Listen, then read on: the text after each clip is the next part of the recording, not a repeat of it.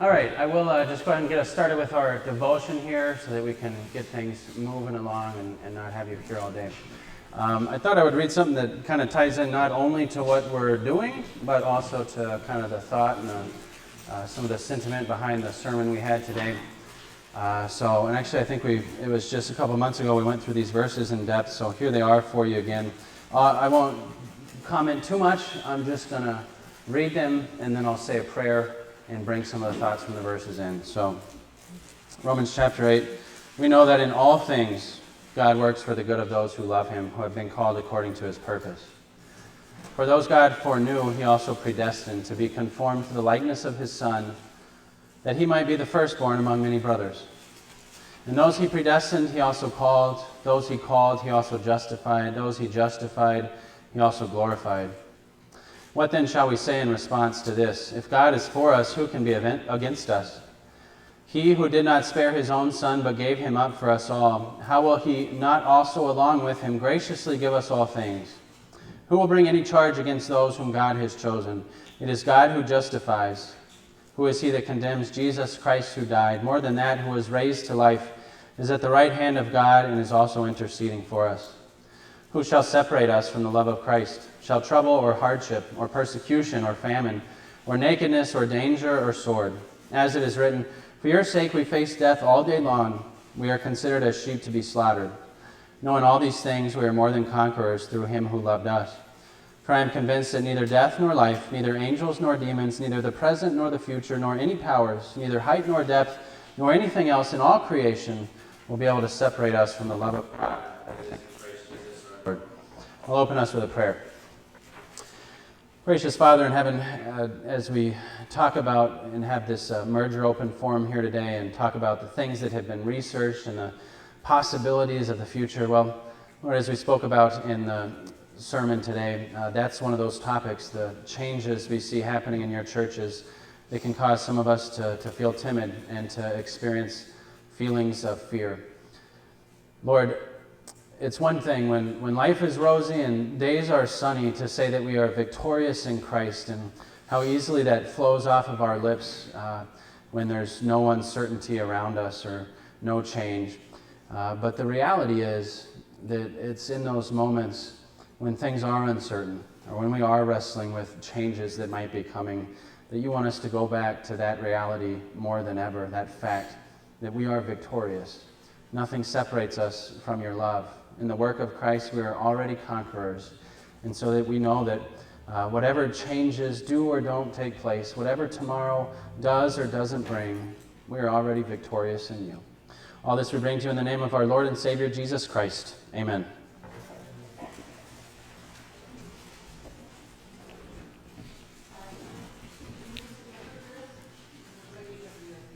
I took it out. Are they going to need it? Should I grab it? You need to flip it? Yeah, it'll work.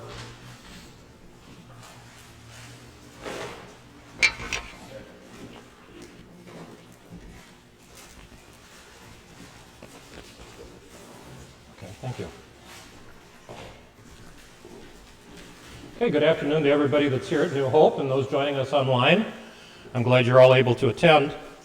This is the last scheduled update before the vote on November 1st. Now, Epiphany had some tight time constraints because they do theirs between service. So they're actually going to continue their forum next Sunday to give them more time to cover all the material. Hopefully we can cover all of ours today. If not, we'll do the same thing. So there'll be points during the presentation that you'll be able to ask questions. There were handouts that you can take notes on. If you have any questions, write them down. And I'll repeat the questions so that the people that are online can hear them. And we'll do our best to answer your questions today. So,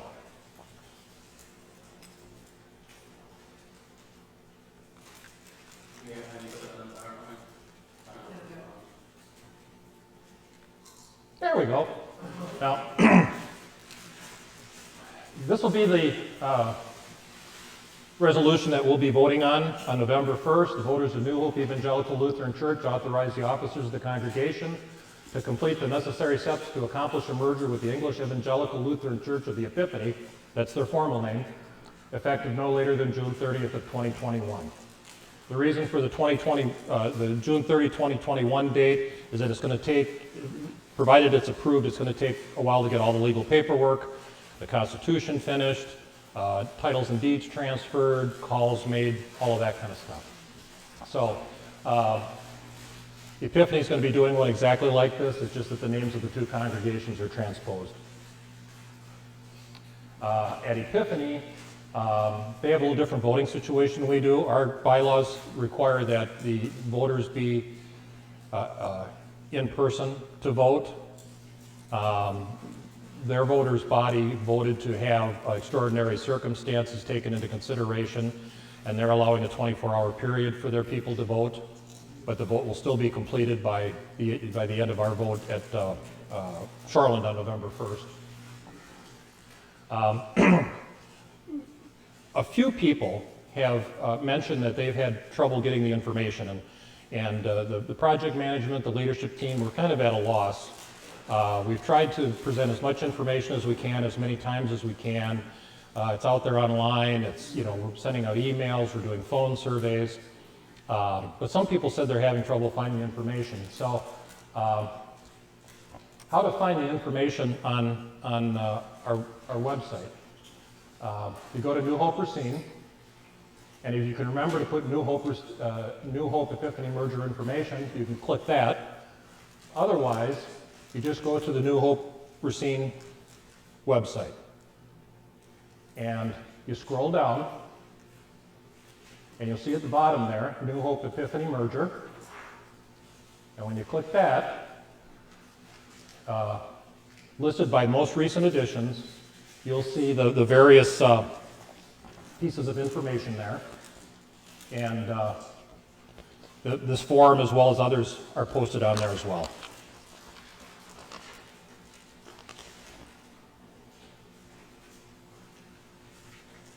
Any questions so far? Okay, good. Do we have somebody here to present the budget? You're going to do that? Okay.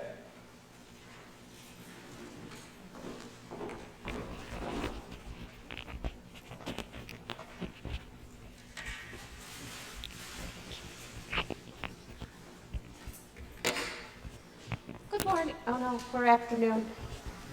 Good afternoon. I'm Shelley Evans from Epiphany Lutheran, or the English Evangelical Lutheran Church of the Epiphany. I only had to put that once in my wedding bulletin, per my parents. I am filling in for Greg McNutt, who is our treasurer at Epiphany. However, I have audited our church books in the past. I do have an audit background, and I have audited the school books, so I am somewhat able to answer some of the questions, although I might reach out to Greg if you have any specific questions after this. So our budget is on a fiscal year, August 1st to July 31st. So we tried to provide this analogy of a 2-month comparison. So the first column, and I do want to point out, that this budget was created back in about the July-August timeframe leading up to the new, in 2019. So that's kind of what the bubble explains. So pre-COVID, and budgets are what they are. I have done several budgets in my career, and they're a stake in the ground, a line in the sand, and we're trying to show some variances here. So for the 2 months budgeted, the congregational receipts and our bylaws at Epiphany state that we have to have a zero or a no loss, no income budget. So that's why this column here states we have $48,000 in receipts and $48,000 budgeted for expenses. And then the 2 months of actuals for 2020, then the next column is saying, well, what did we look like a year ago? So some trending. So for 2020, the first 2 months of this year, we are at about 41,740 in receipts.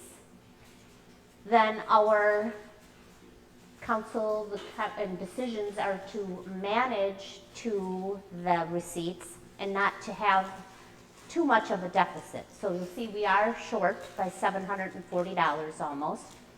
So what we do, and most of the questions were then, what are in our expenses that we can control? So during COVID, we have seen that our utilities are down, some of our supplies are down, some of the expenses then that were budgeted at 48,000 that we haven't done, that would be deferred maintenance. So back when the budget was created, that 48,000 has built into it for our roof repair.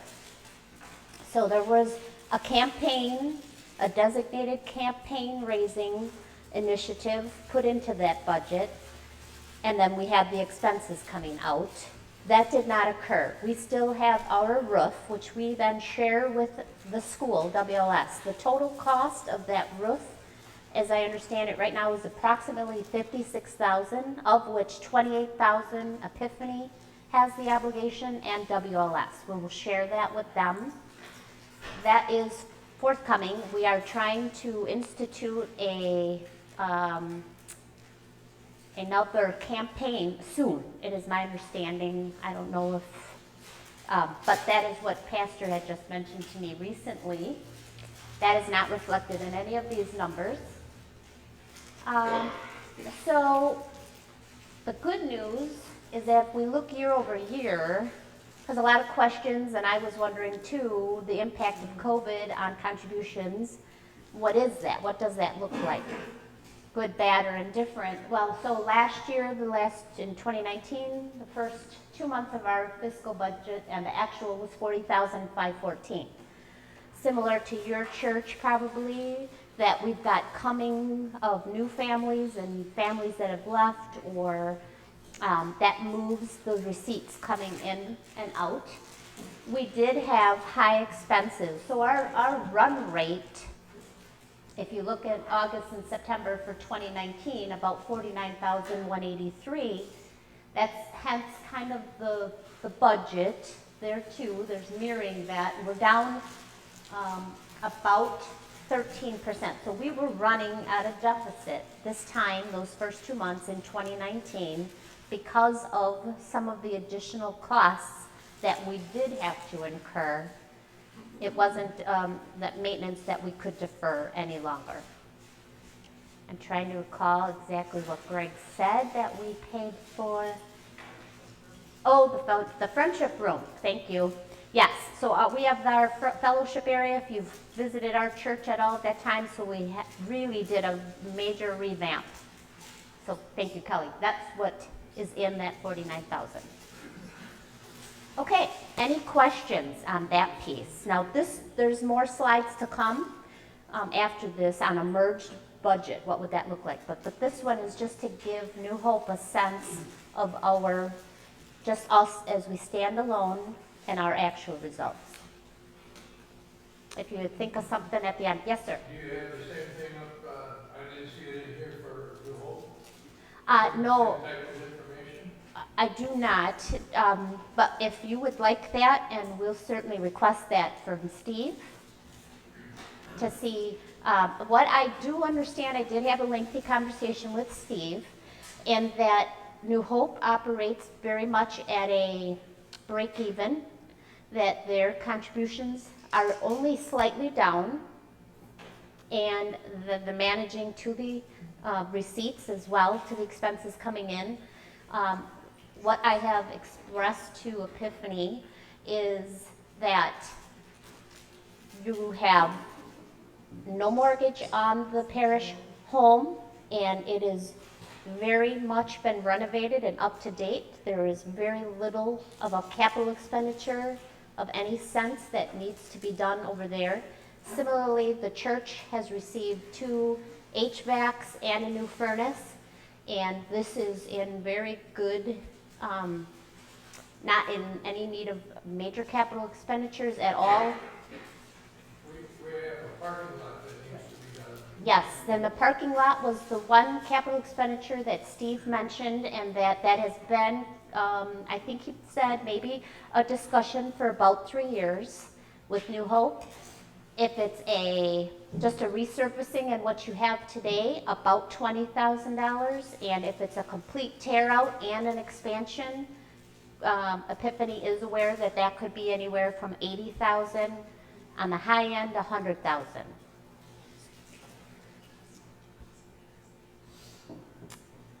Any other questions? Epiphany is aware that, if we are able to use your facility and the land and the gifts that come with this spot, that, the need to expand the parking lot may be necessary. And so we have fully been transparent about the cost of what that would mean as far as expanding that. Okay. Oh, is it, I push this. No, which button do I push? Big one. I did. Oh, those are any questions? Okay. All right. So here we have included about, I think it's 3 or 4 slides to try to show what Steve and Greg got together to merge the budgets. And we broke it down to give you a quarterly view. They did prepare a monthly, too difficult to show it, and there's a very straight lined, but there are some spikes. They put them in for the months that they occur. So this top part relates to just the income, the combined income of about $400,000 with anticipated regular giving, no memorials. They don't budget for any memorials. There's the Thrivent contributions that would come in. Those are not taken into account. Those would be variable. This is more of what we anticipate from what the members have given in the past. They also have put in a bit of a capital raise campaign, knowing that we would have additional costs to take in from pastoral care and for our capital expenditures, so that we aren't eating up all of our cash reserves. And so as you go through the slides, it'll give some of the detail here. So, oh, that's me. Sorry. I must not be pushing hard enough. I think we need to clean it towards. Okay. This, might be just a little smaller to see. So I'm going to just kind of break this down. So our total expenses are up at the top in the yellow, okay, and that $438,000. So if you saw the $400,000 of revenue and the $439,000, the budget merged together is showing a $40,000 deficit. We'll get to that. But so the pastoral combined supports for all their benefits. Then what I do want to mention here, we have chaplain support. So that is Mark Blauert. And he was brought on 2 years ago. And he is our school chaplain. And we did have a phased in expenses for Epiphany. So it's 20, then we would absorb 40% of his costs, and then 60, maybe then to 100. I might be off there a little bit, but it was a phase-in period. And his work that he does is really tied closely with the school. The school families that come in, we know the health of our church comes from that entry point into the school. Having that school is key. So he will stay with the families, and we also have the school choice. So we've been able to, the IPSC, separate from Epiphany, has separate funds that operate the school, and with that, the voucher system, the school is doing very, very well. We've got a lot of unchurched families, so our outreach is doing very well that way, and that's what Mark Blauert assists with. a lot. Plus, he helps and does a lot at Epiphany. So that's what that line item represents. We also, in bold there, so that's that top line of 116,000. You'll notice that we provide a considerable amount of support to the school. Almost 100,000 in that budget of 438,000, which is close to 25%. And then also Shoreland High School. Then on the next line, we've got worship, and there's kind of some details. I know you can read through that, and that's where, you know, too, if you've got questions throughout the week, please email those in to any one of us on the distribution, or on the executive team, or anybody you feel comfortable. And we will work this whole week to try to answer any of these questions. I know this is the first that you're getting to see some of these details. And we expect questions, and we will address those. Am I here? Okay. Then we have administrative costs. So we do have a secretary, Rod Strutz, at our church that does a lot of office management work for us. Very grateful. And facilities, we've got our janitorial services for the church, and then the snow removal for the parking lot. I know this is, as I talked with Steve, we have a lot more line items in detail. He did explain to me that New Hope's budget is a little more simplistic, but similar line items, just not as many. And then we've got the repairs and the insurance, property taxes included here. Utilities, as I mentioned, so this is the breakdown. No mortgage, you'll notice on that line item, which is good. Both the churches saying with this merger, paying off the debt. Our mortgage is approximately, I think, 15 or 18,000? 12,000?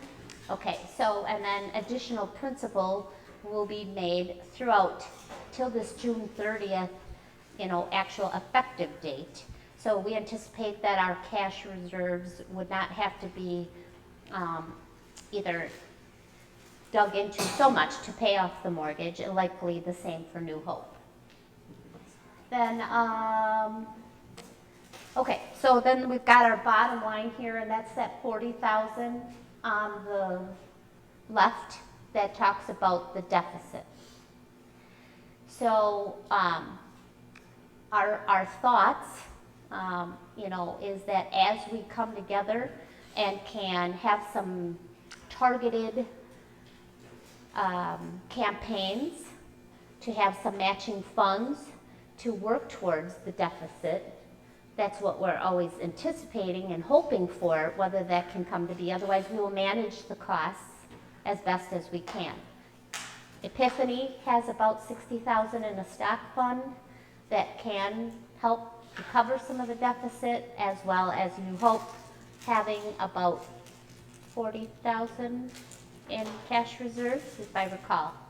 Okay. All right. Any questions? Because I know that's my next slide.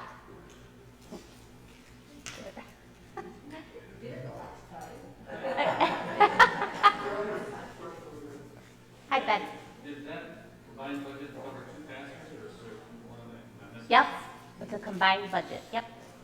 That's the, where's the number for, oh, that. Yes. Okay. So the 167? Yep. Can I go back? Or we can go back. Oh, yeah, look at that. One more.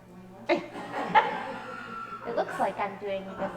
The question was if the expenses included both pastors, and the answer is yes.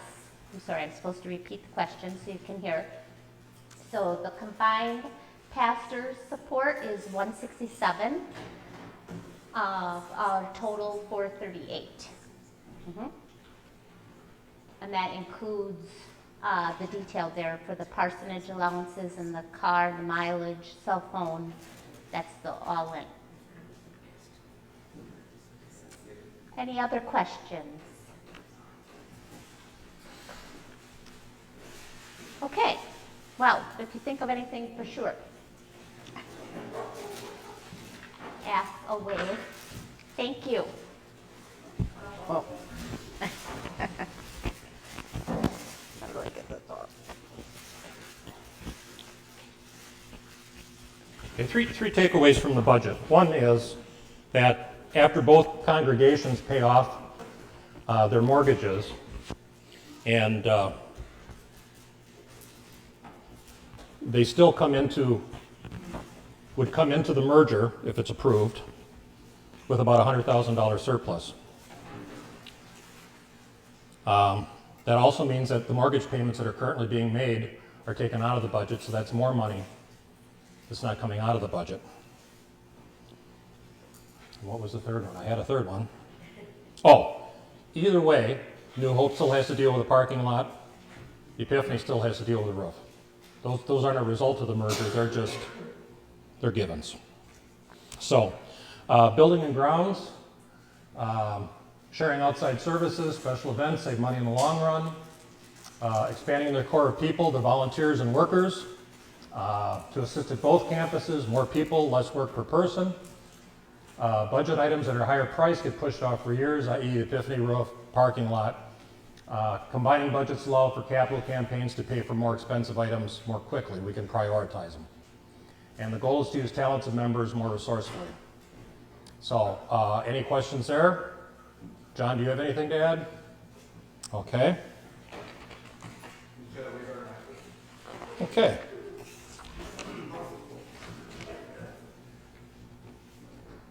Leadership ministry. Our church exists to preach the gospel in word and sacrament, reach the lost, and teach the found.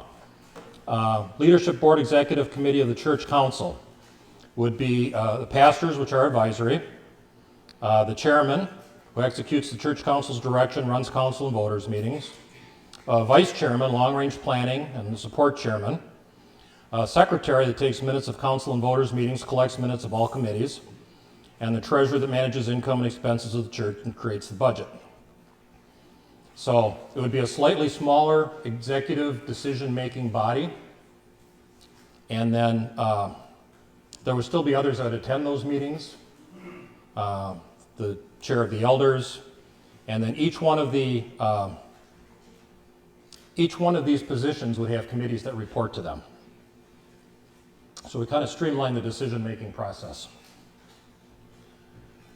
Leadership ministry. Elders, one for every 30 souls or 20 families. Head elder would attend council meetings.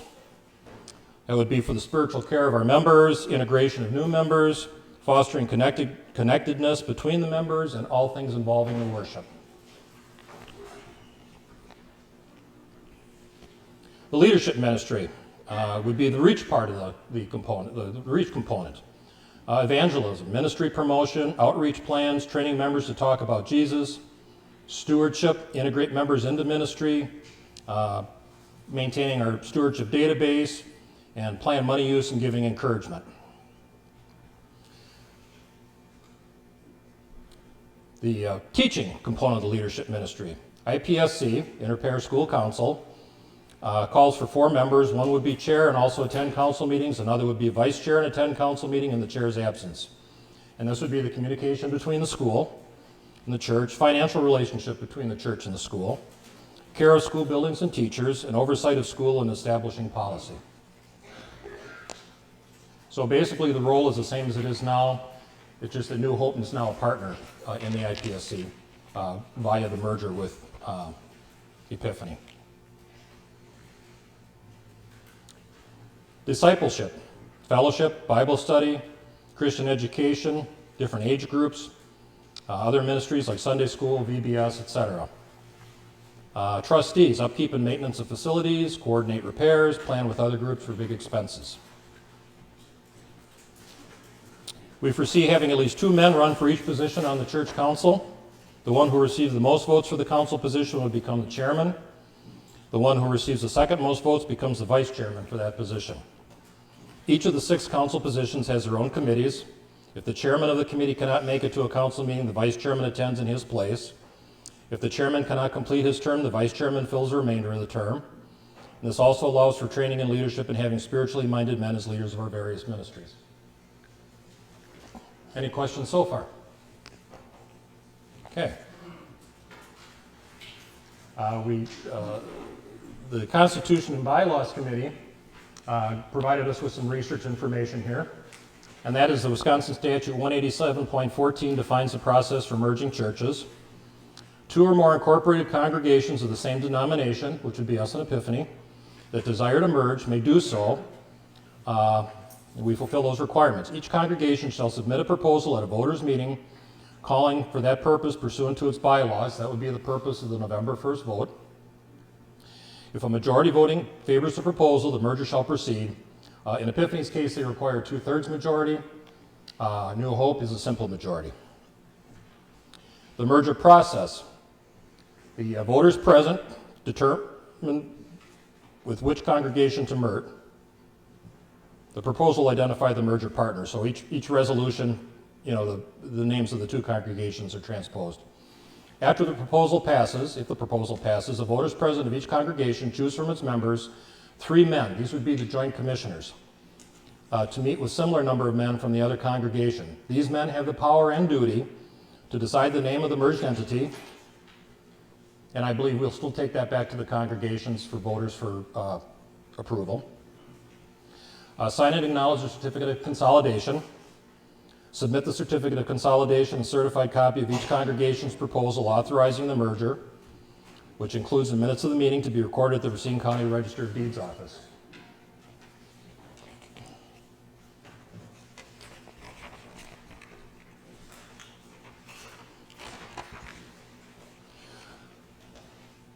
When the certificate of consolidation is recorded, the merger is in effect and the new congregation is incorporated and has the powers and obligations of religious societies. So now we're back to square one where we are now, only separately. After the consolidation is in effect, the joint commissioners are to call a voters' meeting of the new congregation to adopt a constitution and bylaws. Now that's being put together by the Constitution and Bylaws Committee to elect officers and conduct necessary business. They also serve as a governing board of the new congregation until the officers have been elected. When the merger is completed, the new congregation is vested with all properties, and anything accruing to either one of the former congregations shall pass to the new congregation. Now, a question was brought up as far as insurance policies naming the church as a beneficiary, wills. Those would still legally pass through to the succeeding merged church if indeed the merger takes place. Any questions? Okay, frequent comments and concerns. One, has there already been a decision to merge? No. That's why we're voting on November 1st. It's looking like it's very likely, but the decision hasn't been made yet. That's up to the voters. Does it make sense to have a courtship before marriage? Yes, and we've kind of been going through that. We've been sharing services, we've been sharing our properties, we've had members attending each other's churches, sharing in Bible studies. And of course, the relationship was there prior to that, and we're just getting closer as time goes on. Are we economically strong enough for a merger? Just as economically strong as we are to survive separately as two churches. Perhaps even more so, because by combining resources and reducing costs, we put ourselves in a better financial position. Are we moving too fast? I guess that's relative to every person. You look at marriages. Some people get engaged and married very short term. Some people have a courtship that lasts for 10 or 15 years. The important thing to keep in mind is we had to set a timetable. We had to be very deliberate in doing the research, looking at the necessary steps, going through the information, research, committee work to determine if it was feasible and whether or not we would go ahead with the vote on November 1st. So if it comes down to November 1st and the voters say no, it doesn't mean it's dead, but it means maybe we need to take a little bit more time.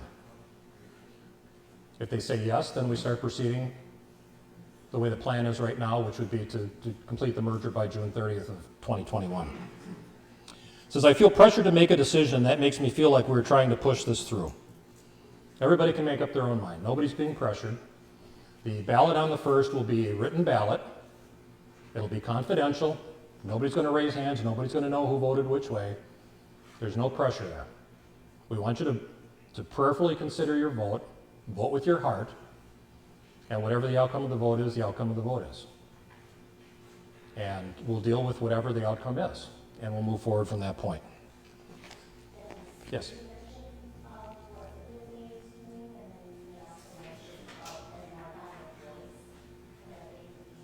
Yes. There are some male members at Epiphany who have offered their vote to ladies of the congregation. So if there are ladies that are single head of households, do not have a male representative in their family unit,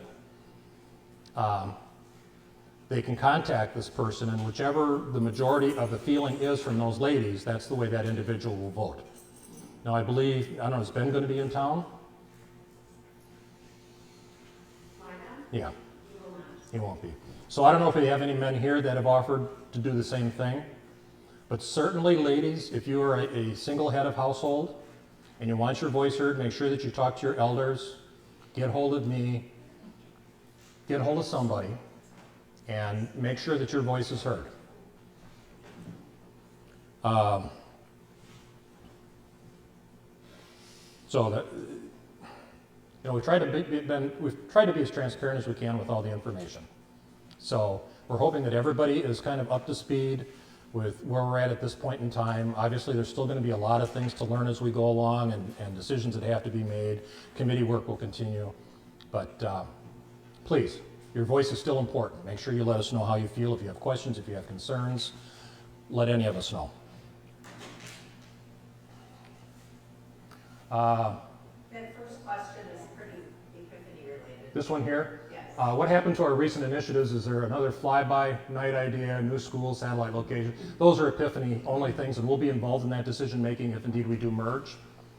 Why doesn't New Hope call Pastor Scoggins and we share ministries? That's certainly a possibility. It's also not a guarantee. Pastor Scoggins will probably be holding 2 calls this spring, one from us and one from Kenosha, if that's the way it's decided.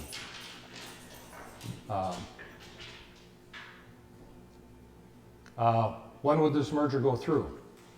The deadline is set for June 30th of 2021. That gives us time to file all the necessary legal paperwork. It gives us time to merge all of our activities, to do our elections, to do all the title and deed transfers, to get approvals from Synod for our Constitution and bylaws, all the things that need to kind of shake out. And you know, some of these things we're going to be working at the speed of government, so we're at their mercy for how quickly they process the paperwork. I would like to hear from the Treasurer Epiphany on a regular basis. We used to get weekly, monthly, or quarterly updates. That's an Epiphany issue. New Hope, the budget information is presented at every council meeting. If anybody else wants to hear it, just let me know, and I'll make sure I add you to an email list to get a copy of that. And how much does merging cost? Can we afford not to? Well, there are definitely some cost savings involved in the merger. No doubt about that. Are there some costs in merging? Yes, initially there are. Filing the application for consolidation is like a $30 filing fee. There's a small filing fee for transfer titles and deeds. There'll be probably a charge for a lawyer to do the final review of the Constitution and bylaws. There's going to be branding. You know, both congregations are going to have to change their signs. We'll have to order new checkbooks, those kind of things. But we're talking probably pretty minimal expenses there. The branding is probably going to be the most expensive with the signs. How do we get more intimate discussions with all people who want to learn more, especially with COVID-19 or 45-minute sessions between services? Well, that's why we're streaming these online. That's why they're available on the website. You can view them in your homes. You can come to church and view them. We've encouraged everybody to be involved every way they can. So feel free to ask questions. Can we have more time before voting? Well, that'll be determined on what the vote outcome is on November 1st. If it's a no, then definitely the vote will be postponed for a while. And we'll work through this a little further. Yeah, go ahead. Expand on joining here. One thing that Pastor Zarla mentioned for, sorry. Apologies. Sorry.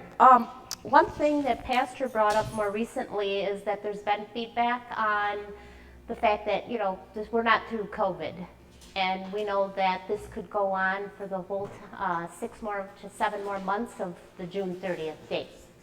And we are putting into place ways to interact and with those online. So the Bible study, the classes are going to be where we can do the back and forth, questions can be answered. So that will be changing.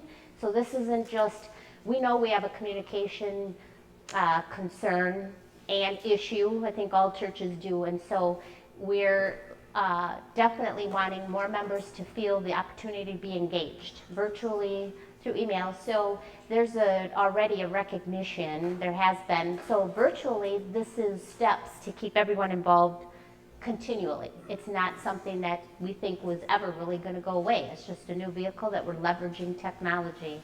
So just wanted to reiterate that. Thank you. Another question was asked about the difference in the voting process. Epiphany is not bound by voting in person by their bylaws. New Hope is. It's not something that just happened because of this this upcoming vote. This is a way New Hope decided to operate decades ago when they were first founded. Epiphany had other options, so they're allowing a 24-hour vote up to the time that the final vote is cast. So we're each voting on it a little differently. I can assure you that part of the reason that we're using Shoreland is that we can guarantee that there'll be sufficient social distancing. All precautions will be made so that you're as safe as you possibly can be, and there should be no fear of showing up to vote. Typically here at New Hope, the people that do vote are the ones that are attending service anyway. So I don't see that being a big issue here. Epiphany, they've got a workaround, so that they're using that. Yes. I've got 2 questions online. Okay, what are they? First, Gary Zinda made offer this vote to majority women at home. All right. Gary Zenda has offered his vote to the majority consent of the women of New Hope. And they also want to know, when will we hear about the results of the vote on November 1st? As soon as we have the results, they'll be posted on the website, and an email will go out to all those members who receive emails or on our email list.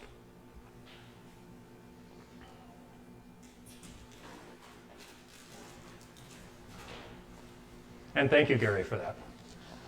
Okay, this was a result of the phone surveys, and they were kind of graded on if they're green lights, red lights, cautions, whatever.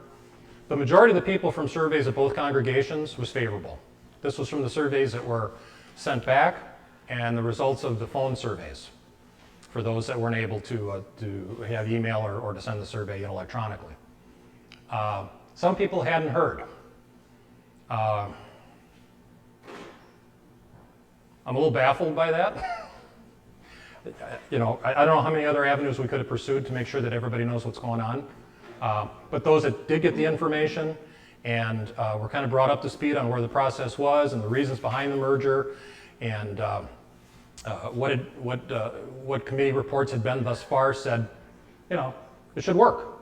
Sounds like a good idea. What will this cost us? Well, everybody's concerned about that. The bottom line is always the dollars, and we've kind of discussed that. It's a wiser use of resources. That's a green light. Is the merger too fast? Again, everybody has their own comfort zone. What are you most comfortable with? Did we drag this out for 5 years? Did we get it done in 2 months? It's part of the reason we had so many different committees working in so many different areas so that a lot of work could be done at the same time concurrently. So we really were able to accomplish an awful lot in a shorter period of time, and we're able to learn from other congregations that have already gone through the merger process, which has been a big benefit to us. And then the different voting parameters, and we discussed that, and that's a matter of the bylaws. That's something that we live with. That's how each congregation decided to govern themselves. Any questions?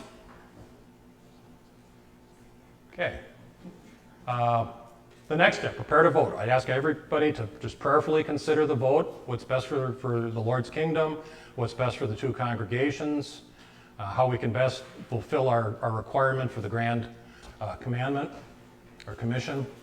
The voting will be in person at Shoreland Lutheran High School November 1st. The joint service is at 10:30. Following the 10:30 service, there'll be a devotion. There'll be one last chance for discussion and answering questions. And then New Hope will go into the commons area, the cafeteria area at Shoreland. There's plenty enough room for everybody to spread out. And we will vote by paper ballot, and we'll tabulate those votes. Our results won't be announced until Epiphany does the same thing. They're going to stay in the gymnasium. They're going to count their ballots, combined with the ones that they've received in the 24-hour period prior. And then we will publicly combine the two votes. Well, actually, we won't combine them because New Hope is going to decide whether they want to do it. Epiphany is going to decide if they want to do it. And at that time, we'll know if both congregations have consented, and if they had, then we move ahead with the merger. And then everybody from both congregations will be notified that that was the results of the vote. At that time, we need to look at appointing those 3 officers that'll be the transition team until new board members can be elected. Now, in New Hope's case, our elections are scheduled for November 1st, which is our voters' meeting, which is going to be when we're voting on the merger. So what I will be doing is we will call the voters' meeting at Shoreland, and we will not adjourn it. We will recess it. And we will likely have another voters' meeting a week or 2 following, because depending on the merger vote, we're either going to be electing officers for the joint congregations, or New Hope will be electing its new officers for its next new year.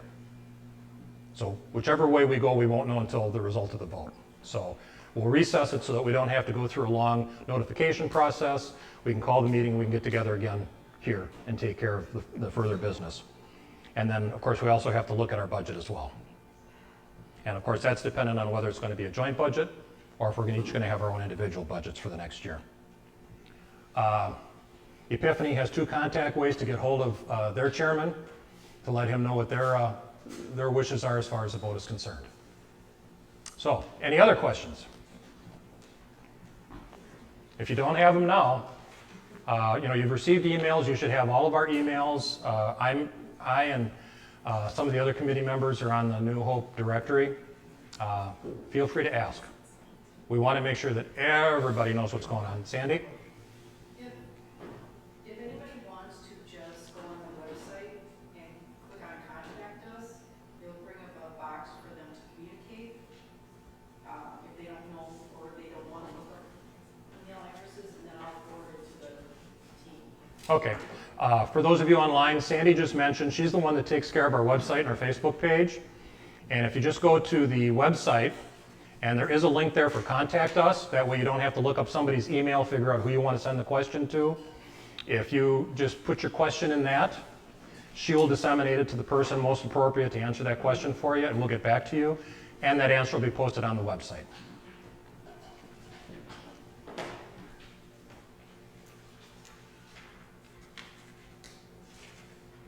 And that's it. Thank you, everybody. Appreciate it. We look forward to seeing everybody there November 1st. And council members will have just a real brief meeting following this to take care of some housekeeping, and then we'll be done. Thank you, everybody. Have a good day.